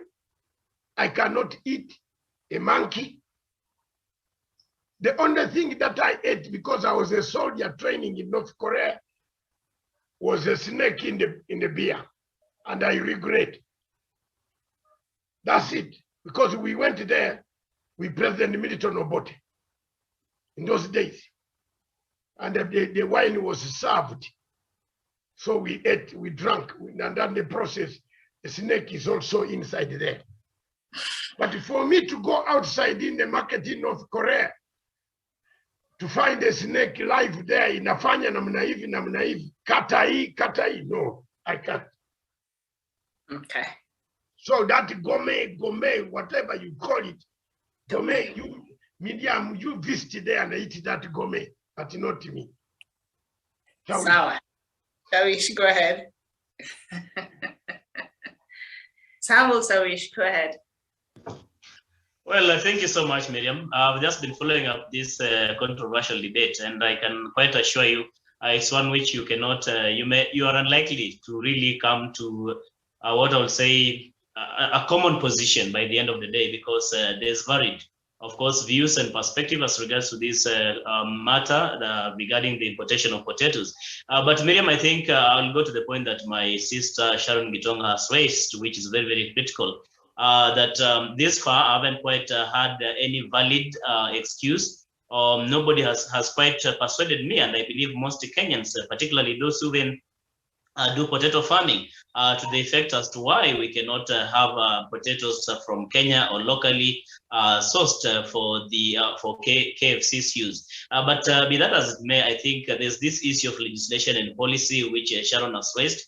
And this is very critical, which has equally been backed by Dr. Masanga, that maybe we need to go to the drawing board and also task those who are legislating, those who are representing us in legislation in the name of lawmakers, to go to parliament and try to legislate laws and put down policies that are going to make it possible to actually tie even these investors to actually source most of these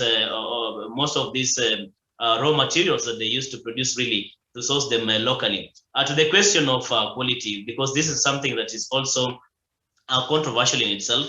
Mostly Kenyans have been accused of trying to compromise when it comes to quality. And when I listen to Daniel Wesonga, I mean, he's mentioned almost everything, right? Except that he's talked about the soil.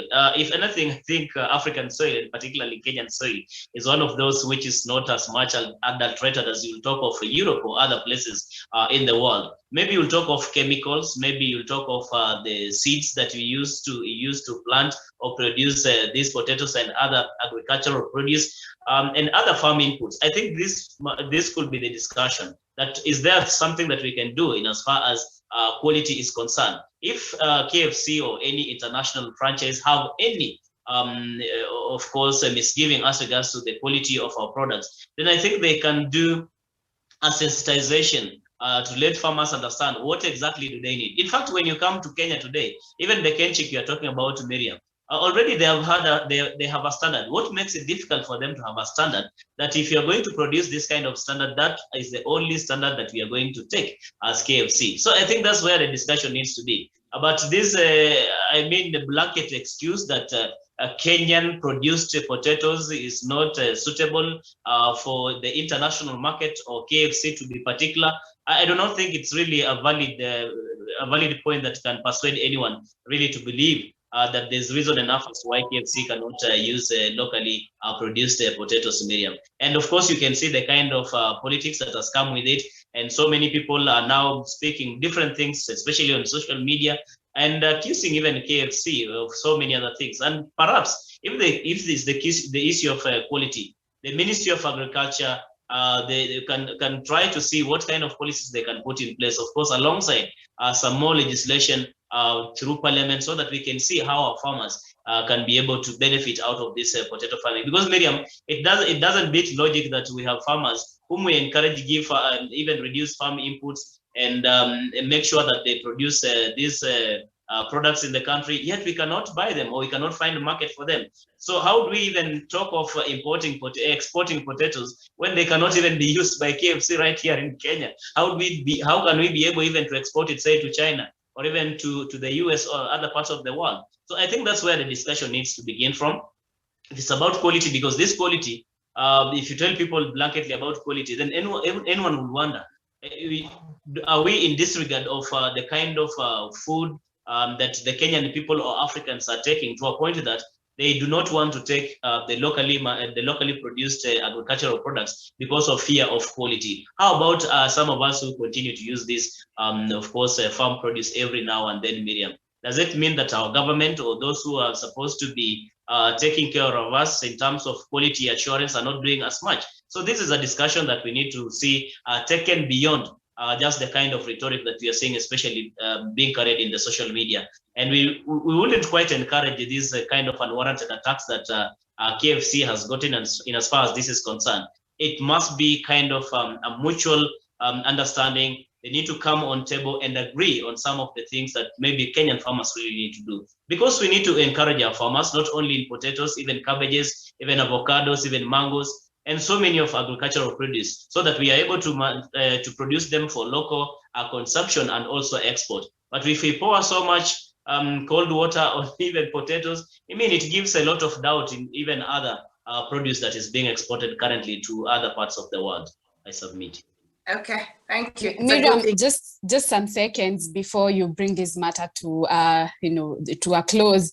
I think Tawish has mentioned some of very fundamental arguments there, and he talked about quality, and it begs the first question that I had talked about, the number of things that they actually source locally. If I hear of KFC, for me, what I hear is chicken. That is why it's called Kentucky Fried Chicken. It's not even potatoes. So if they're actually get this kind of chicken, and that is what the word actually identifies KFC for, not even the potatoes. There's and they get them even here locally. So I think it is an issue of chemicals and maybe even capacity building that needs to be given to our local farmers to enable them grow. Thank you. Okay, thank you so much. All right. No, wait. Let's conclude. We are about to conclude. Then, Miriam, these discussions, I think, Miriam, you as the editor controlling the station, bring us, look through the paper, a topic that disturbs Kenyans. Tutakula hapa mzuri sana. That's the format we want. Every morning, 2 hours from 10 to 12. We want to eat some of the topics after through the newspapers. This question of potatoes, waru, should not be turned on. Should not be turned on the people who came here with their money. They came to invest. It must be the MPs instead of fighting. That's why if you see right now, I told Sankok, shut up. And it is a headline. Have you seen it, Wesonga? It's not a headline. Said, shut up. Some of these MPs need to be told. They should be making rules that can help people to come to invest in Kenya, not to frustrate people. Now, if this guy is pulled out, Tanzania will gain. Let's discuss these issues. Uganda, there is a long queue of trucks. Thanks God, my trucks are not part of it. Hallelujah. A long queue of trucks from Malaba, 50 kilometers. They are about to reach Eldoret, standing at the border. We are talking about African unity, integration. The question, Miriam, have you seen that story? It is very embarrassing. In the COVID situation, trucks are in a queue. The people around those trucks, some of them could be COVID. They are spreading COVID around there, that area, because they are stagnant in one area. They have not been tested, or they were tested on this side. But when you reach in a crowd, each truck is parked next to the other, 50 kilometers back, Africa. What killed us? Is this the integration? It goes to the core of the subject, the element that we want to discuss in our Kenya and Africa at a glance. What is it that makes us change laws? When we are bringing these laws for an investor, we should tell him there is waru grown here also. Put a clause that will protect the local farmers. That's why the government should choose people who are more patriotic. Just give me the answer.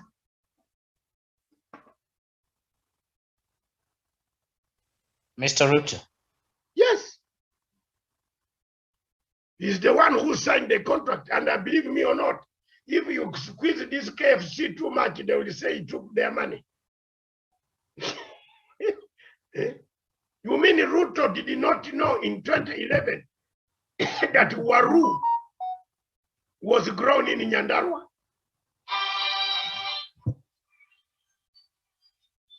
Saved by the bell, Miriam. Don't end the topic. Okay, all right. As we wait for Doc to come back, I don't know if there's any of you who has anything else to add on to that conversation.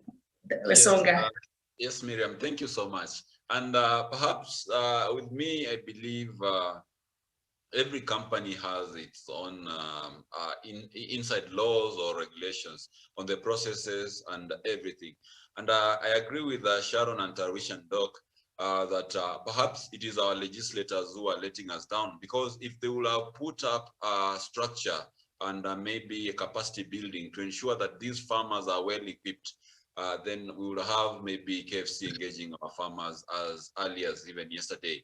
Because you realize also, when I was reading on how a KFC does its business, you realize it actually looks out for a reliable supplier, a supplier who will be able to do the business with them throughout the year. They don't just want to change a supplier and sign a contract where maybe it will be seasonal. And you know, in Kenya, it is all about seasons. Farmers, this season, you will find that there's a lot of cabbage coming in Nairobi. Another season, there's a lot of mangoes. So what does it tell you? It tells you that the Kenyan farmers are actually seasonal. They actually do not have the capacity to run their business throughout the year. If they're farming potatoes, can they be able to supply KFC from January to December without having months or maybe days where we have deficiencies? That is the major question. And also the KFC, the way they do their business is that you want a supplier who has the capacity of actually peeling the potatoes in a large quantity and supplying them to KFC. So peeling and actually cutting them. So for the KFC to do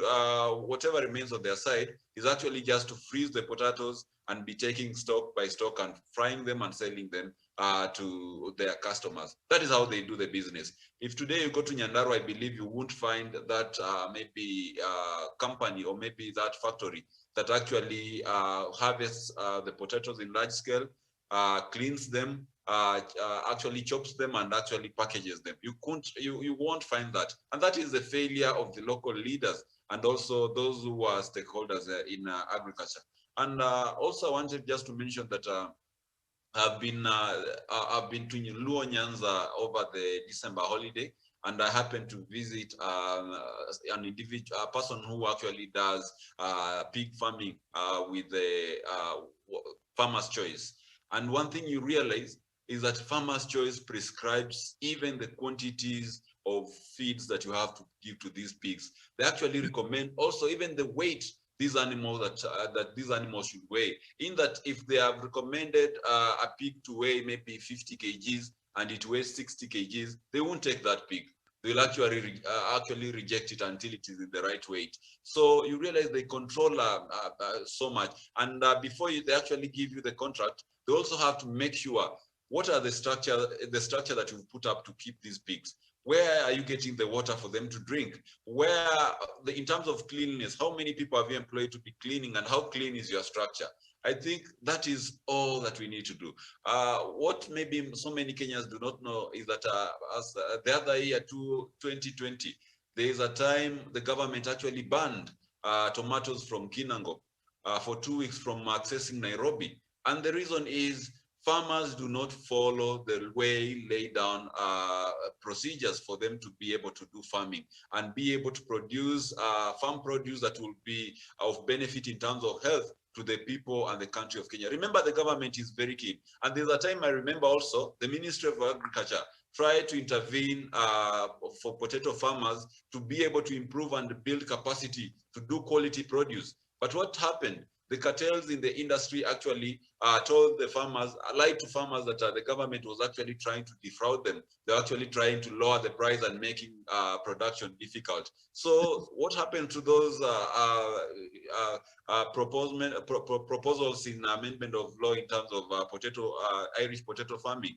They were thrown out. So to me, I think KFC is not just a company which maybe a farmer will show up at its doorstep with 50 sacks of potatoes and they are able to take it. We need the due process, we need the structures, we need the capacity building before we are able to do quality and be able to be competitive in this particular market. I submit.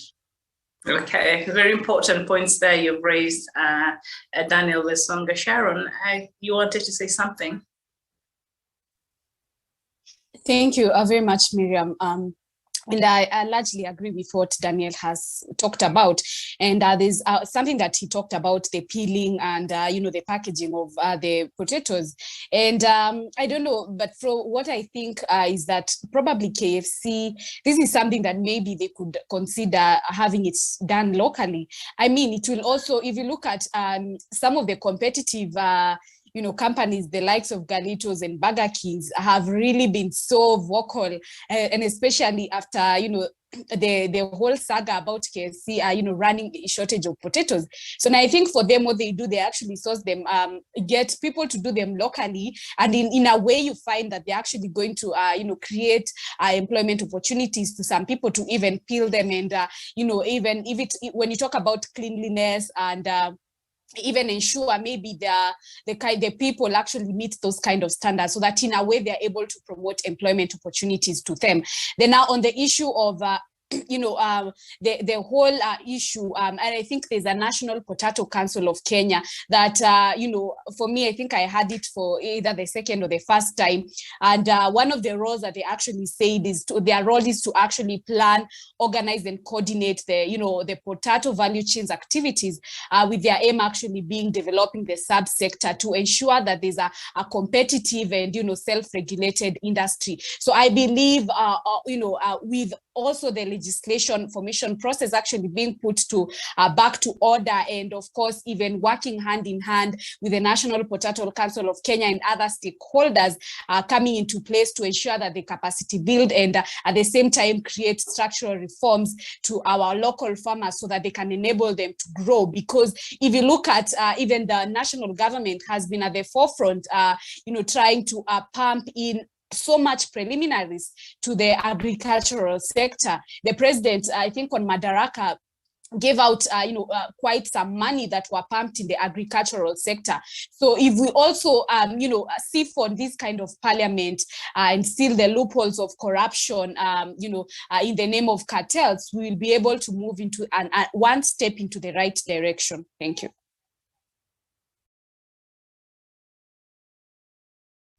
All right, thank you so much. And I think this is a conversation that might not be coming to an end anytime soon, because I see still Kenyans have so much to say in this regard. And Sharon, you've reminded us, the issue to do with other franchises in the country. Galitos is from South Africa, and others that they've operated in the country for a very long time, and they source their raw materials from here. So I don't know, but I'm sure this is a wake-up call, and maybe things will change and things will be done differently. Samuel Tawish, I don't know if you have anything else you'd wish to add to this conversation before we move on. Maybe I'm not for now.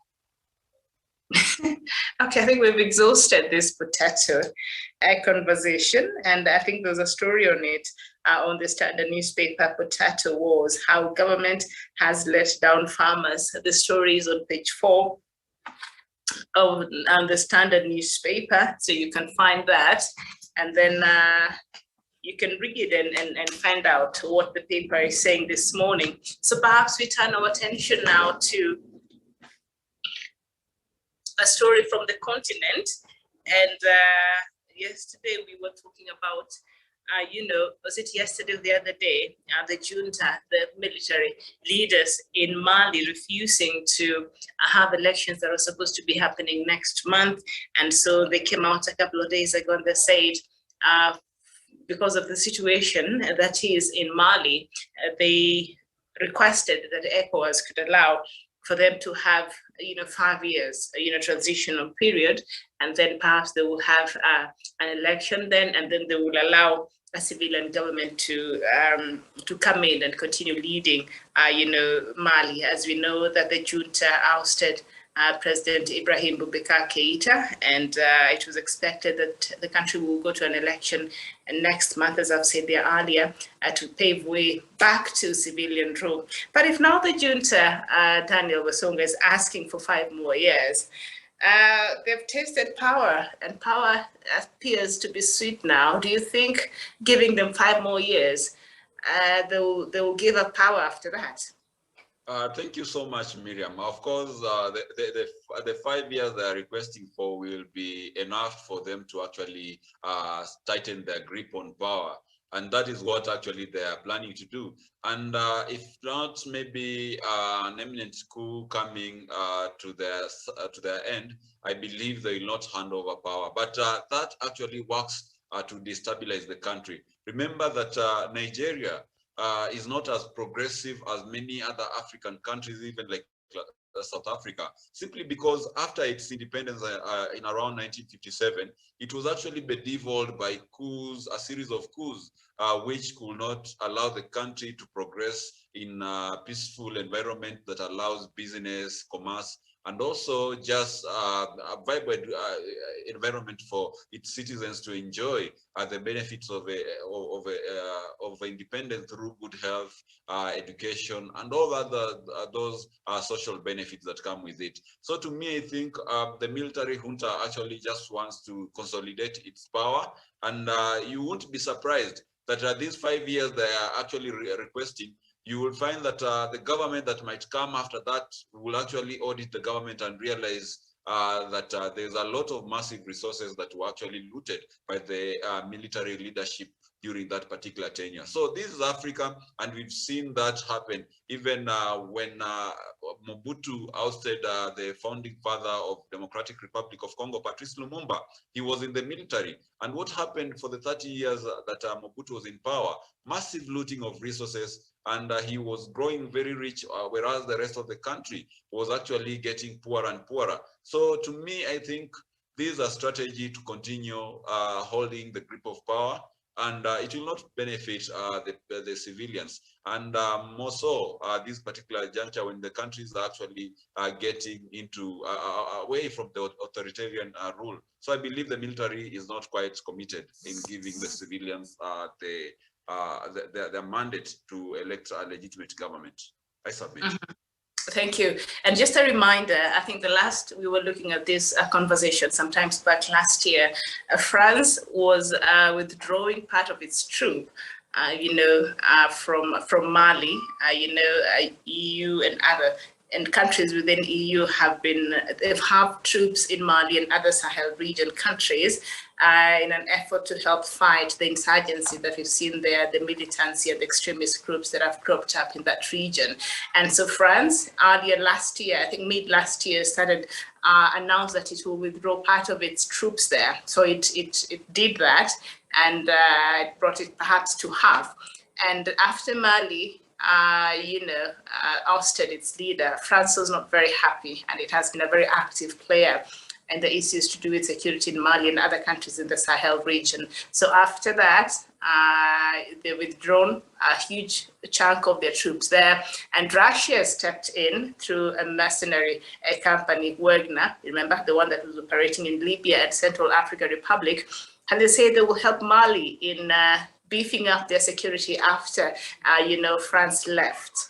And so now we see the elections that are supposed to be happening in February will not happen, and the Russian mercenaries, I think, are there in Mali right now. Do you think this new move by the military junta could have anything to do with the influence, perhaps from Russia, to this new move? I don't know, Samuel Tawish, it's just a coincidence. Well, Miriam, first and foremost, you cannot quite rule out the possibility of an external hand in as far as the whole fiasco in Mali is concerned. Remember, these are players that have a vested interest in as far as affairs, not only in Mali, but in most African countries are concerned. And therefore, anyone really will be forgiven to conclude that perhaps they have a hidden agenda, and also maybe a hidden hand in as far as the delay of elections in Mali is concerned, and also the entire kind of controversy that Mali finds itself today. But be that as it may, I think I likely also share the observation by Daniel Luesonga that perhaps the delay of these elections is part of a wider scheme by, of course, those in authority at the moment to make sure that they consolidate power and get more hold of government, and just necessarily to make it maybe to see how they can be able to make a very clear calculation to have a person whom they deem as maybe supportive of the agenda, or a person who is not going to upset the status quo in as far as the Mali situation is concerned, because you cannot tell me that even if it's about postponing election, in fact, that's a discussion that even is in Kenya today. We are talking about postponing an election. We're putting forth suggestions, but it's not about 5 years. Miriam, what is it that you need to do for 5 years? If it were a country that had never had a president or has never had an election completely, then that could be an arguable point. But as it is now, Miriam, I'd not quite agree that Mali needs a record 5 years for it to be able to conduct an election and determine the next leader of that particular country. So yes, indeed, there could be a hidden hand, and this cannot quite be ruled out. But whatever the situation may be, they must be in a position to navigate with this in a very careful manner, and not to escalate matters, and not to make it potentially bad for the people of Mali, because we still need stability, peace for that country. We do not want to see infights that have been occasioned by politics, and particularly delayed polls. I submit, Miriam. All right, thank you. And to conclude our conversation, it's already afternoon, 4 minutes past midday here in Nairobi, Kenya, East African time. Nigeria's government on Wednesday labeled heavily armed gangs blamed for mass killings as terrorists in a bid to deter violence in the country's northwest. The action is expected to give the military the authorization it needs to use lethal force in fighting the criminal gangs, which have abducted school children, tortured their kidnapped victims, and raped and forced others into prostitution or sexual slavery. The move comes a month after High Court in Abuja made a similar ruling about the gangs. The declaration titled Terrorism Prevention Proscription Order Notice 2021 is contained in a document released by the Justice Minister on Wednesday. What took Nigeria so long, to proscribe these groups that obviously you can see has all the hallmarks that qualifies a group to be termed as a terrorist group? Why do you think the Nigerian government has taken so long to call this group by the right name? Daniel. Thank you so much. The Nigerian government is a banana republic, Miriam. It does not have leadership. We do not have leadership in Nigeria. President Muhammadu Buhari has failed the people of Nigeria. Imagine having a president who spent 70 or 80% of his time in Europe for treatment. And actually, even the country itself does not have confidence in the top leadership of its country. You know, most Nigerians will tell you that the man who is at the helm of power is Mr. Idris from Sudan. So this is not our president. So whenever a country does not have a working presidency, whenever the executive of the country is incompetent in that it cannot protect the lives and the property of the people of its own land, which is a supreme vow that the president of any particular country takes, which was put down by Thomas Jefferson during the independence of the US. I believe that country ceases to be a legitimate country. And I would wonder why President Muhammadu Buhari will spend most of the time actually witch hunting and actually discriminating and injuring and killing in cold blood the people of Biafra, when we have all these terrorist organizations, including Boko Haram, actually raging some terror on the people of Nigeria. So to me, I think these are failed states. The Nigerian people are on their own, and there's nothing they can get from the government of President Muhammadu Buhari. And the only thing they can do is actually to protect themselves, or they raise up against this illegitimate failed government, and they be able to elect a person who can be able to help them secure their lives and that of their own property. The other day, Dr. Masanga shared a photo of a series of leaders who have failed Nigeria. And it's actually very sad that Africa's firstborn, Nigeria, and also being that it's the largest country in Africa with a population of close to 200 million, is still actually playing in the league of the countries like Mali and Guinea. We would have seen Nigeria being a country that is actually very, very advanced in terms of technology, in terms of innovation, and in terms of even their GDP, because Nigeria produces high quality petrol in the world. Its petrol is the most purest in the world. But what happens? We see most government roads are dilapidated. We see Lagos is a city where we do have numerous generators. You know, we do not have electricity in Lagos. We do not have proper planning. Most Nigerians are living below $1 a day. But you realize that this is the richest country in Africa. So to me, Miriam, I think it's a very, very sorry state that the government of Nigeria cannot guarantee security for the people of Nigeria. It cannot guarantee even the basic human provision for the people of Nigeria, regardless of these massive resources. And that actually, the fact that it took a lot of time before gazetting this group as a terrorist group, it shows you the kind of ineptitude and the kind of laxity that we have in government, you know. If Nigeria can actually be in darkness about this kind of a group which is butchering its own people, while countries like Rwanda, small country like Rwanda, which is an equal of maybe a district in Nigeria in its landmass, can actually be able to secure its borders and actually go a step further and bring peace and tranquility in Mozambique, then I think President Muhammadu Buhari deserves not to be in the office. Let them be ejected. Let Nigerians wake up and be able to drive this government out of office. I submit. All right, thank you so much. Samuel Tawish, why do you think the government of Nigeria took so long to proscribe these groups that have been meting terror to the people of Nigeria as a terrorist group?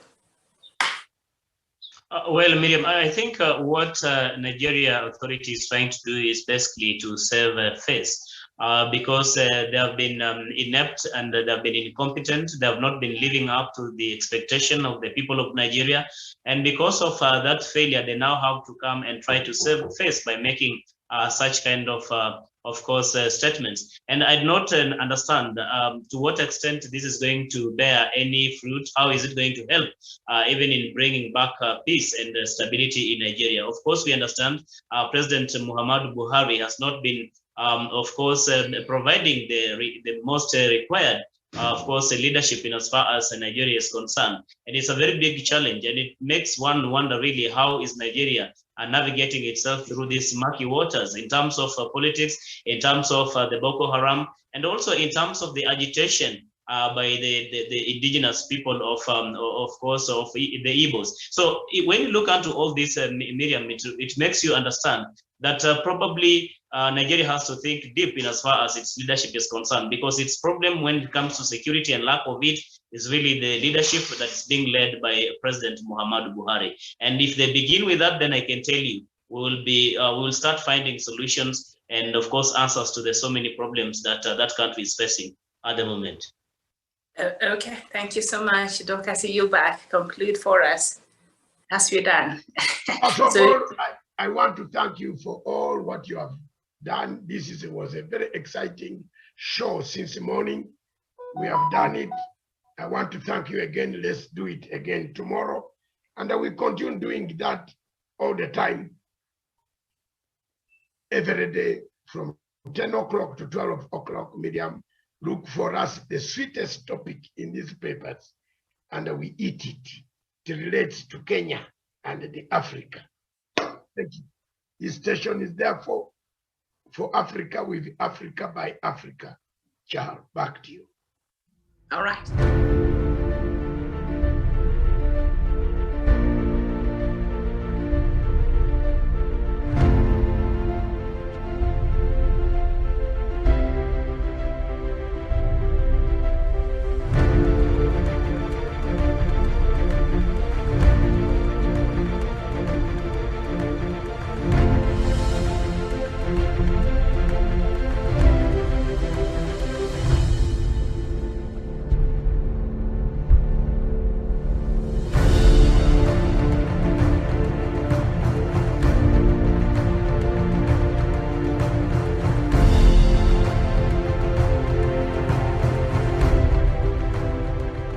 Peace must be our goal and our guide.